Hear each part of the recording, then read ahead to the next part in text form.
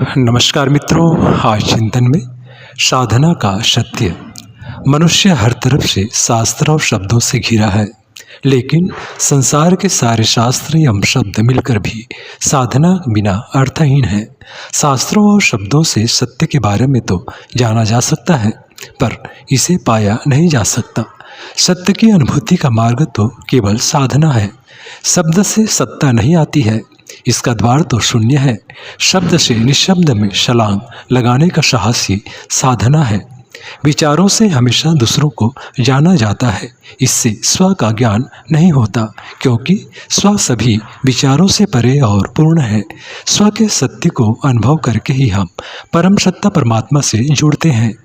इस परम भाव दशा की अनुभूति विचारों की उलझन और उधेड़-बुन में नहीं, निर्विचार में होती है।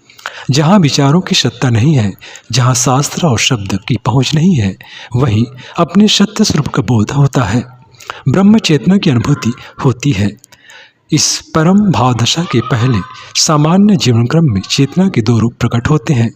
पहला ब्रह्म मूर्छित अंतः मूर्छित, दूसरा बाह्य जागृत अंतः जागृत। इनमें से पहला रूप मूर्छा और चेतना का है, यह जड़ता का है, यही विचार की स्थिति है। दूसरा रूप अर्ध मूर्छा का है, अर्ध चेतना है, यह जड़ और चेतन के बीच की स्थिति है। यही विचार तरंगित होते हैं। चेतना की इस स्थिति में जो साधना करने का साहस करते हैं, उसके लिए साधना के सत्य के रूप में चेतना का तीसरा रूप प्रकट होता है।